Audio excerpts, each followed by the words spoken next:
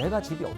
그래서 오르면 안 돼. 나는 상승. 신혼부부는 6개월 미만. 6개월 지나니까 심장이 좀 덜 뛰더라고요. 형수님 보시는데 괜찮으시겠어요? 편집해 주시기 바랍니다.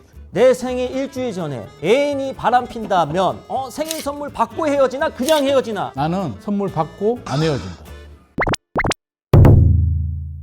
롯데캐슬을 사랑하는 오케로케 구독자 여러분 안녕하십니까? 누구나 한 번쯤 상상해본 부동산 주제를 가지고 토론해보는 시간 논리무논리 시즌2 예지영입니다.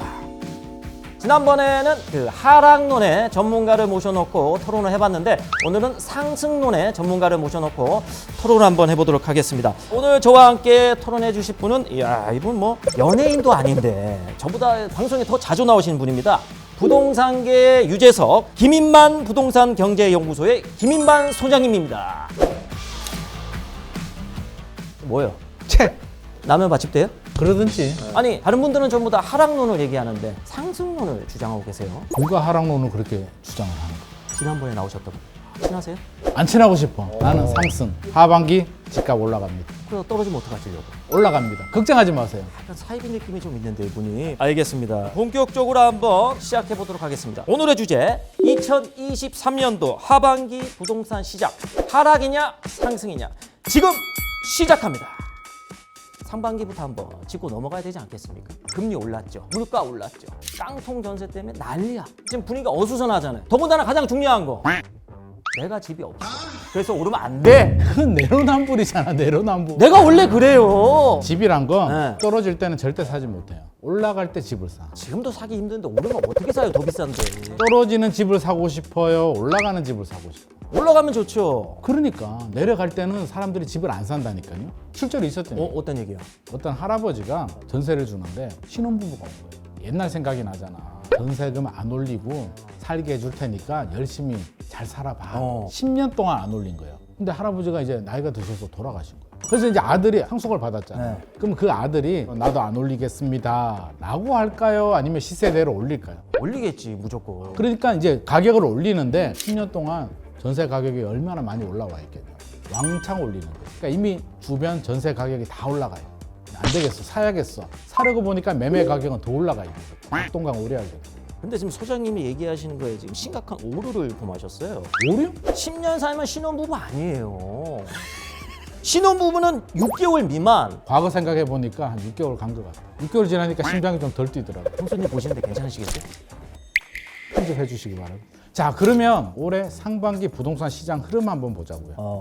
작년 집값 많이 떨어졌죠. 떨어졌죠. 1.3 대책이라고 부동산 대책이 발표가 돼요. 강남 3구, 용산구 빼고 모든 규제 지역이 다 풀려요. 그러면서 이제 급매물이 소화가 돼요. 집주인들 마음은 어때요? 위기가 끝났다. 집 가격을 올리기 시작.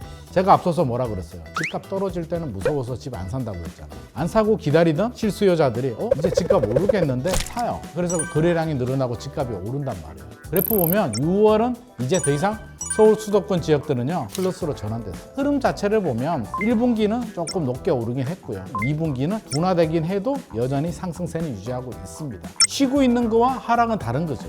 이해가 되세요? 아니요? 아니 다수의 하락론자들은 40%까지 떨어진다고 막 그런 말 하는데 그건 뭐예요? 작년에도 집값이 고점 대비 30% 정도 떨어졌거든요. 10억짜리 아파트가 7억까지 떨어졌어요. 최근 한 8억 5천까지는 회복을 했는데 또 뭐 약간 떨어지다가 할 수 있어요. 결국에 하락할 수 있다는 거잖아요. 계속 걸어가고 달리는 과정인데 잠깐 넘어지는 걸 가지고 폭락이다, 하락이다. 여기에 선동이 돼서 집 안 사고 계속 무주택 있는 분들. 특히 2010년, 2011년, 12년도 서울에 조정기가 있었는데 그때 이런 하락론을 믿고 가지고 있던 집을 파신 분들이 지금 또 땅을 치고 후회하고 있거든요.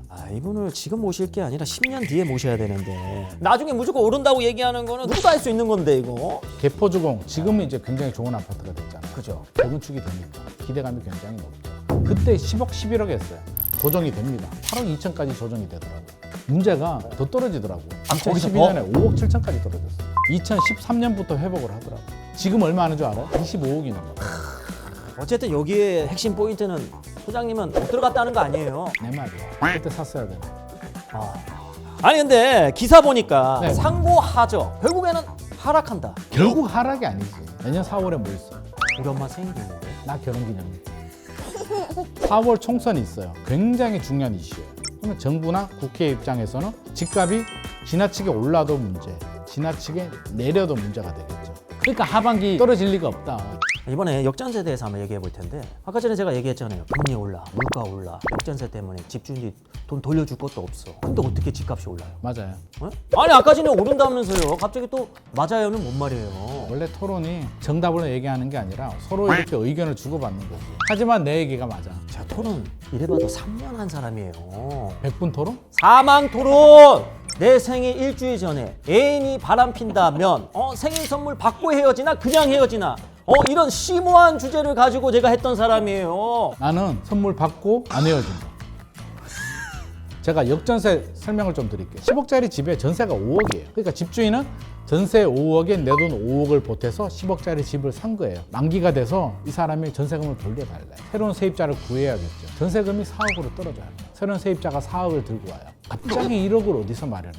못 주죠. 경매 넘기면 10억짜리 집이 7억에 낙찰이 되잖아요. 세입자는 전세금이 5억이었죠. 5억 가지고 가고 2억을 집주인이 가져가잖아. 집주인은 10억짜리 집이었는데 내 돈 5억을 투자했는데 주머니는 2억만 떨어지잖아. 그러니까 역전세는 집주인이 답답한 거예요. 집값이 10억이에요. 전세가 9억이야. 전세가율이 굉장히 높죠. 집값이 8억으로 떨어져요. 그러면 8억에 팔면 세입자는 전세금 다 못 받잖아. 세입자가 손해지. 그러면 집주인이 안 돌려주면 경매 넘길 수도 있죠. 경매 넘기면 한 7억에 낙찰이 돼요.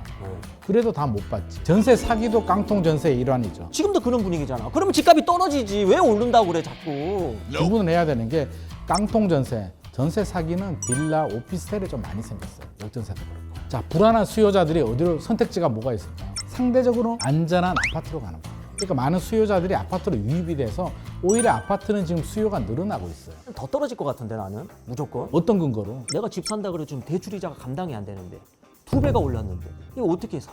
물론 금리가 변수긴 하지. 사실 금리는 파월한테 물어봐요. 사실은 파월도 모르는 것 같아. 2023년까지 파월이 금리 안 올린다고 했거든. 내가 그거 믿고 금리 2023년까지 안 오른다고 했다가 욕 엄청 먹었잖아. 지금 분위기는 한 번 정도 기껏해야 올릴 수도 있다. 그럼 미국이 한 번 올리는 거 가지고 과연 한국은행이 금리를 올릴 것인가에 대해서는 저는 굉장히 부정적이다. 아니 그러면 궁금한 게 미국 금리가 오르잖아요. 네. 근데 한국 금리는 왜 따라서 올려야 되는 거예요? 자, 우리나라에 뭐가 들어와 있어요? 외국 투자 자본들이 많이 들어와 있잖아요. 네. 돈을 벌려고 들어왔는데 미국이 금리를 올려요. 이 투자 자본들이 걱정하는 게 뭐냐면 기준금리 격차가 지금보다 더 벌어져서 환율에 문제가 생기고 환차손이 생길 것 같으면 돈을 빼서 나가요.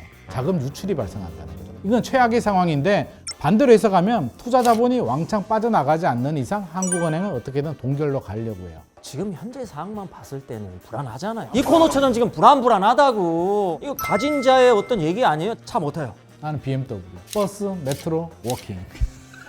하반기 집값을 이제 전망하고 예상할 때 네. 변수가 있어요. 부동산 정책입니다. 정부는 집값이 너무 올라도 안 되고요. 너무 내려가도 안 돼요.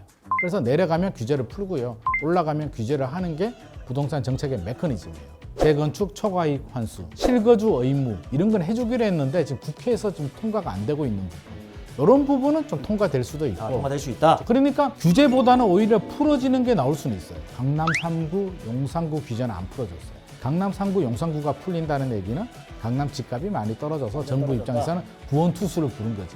이번 하반기는 나오지 않습니다. 왜요? 하반기에 집값 안 떨어지니까. 또 남아있는 게 DSR. 지금 DSR 풀어준 게 두 가지예요. 특례 보금자리, 역전세.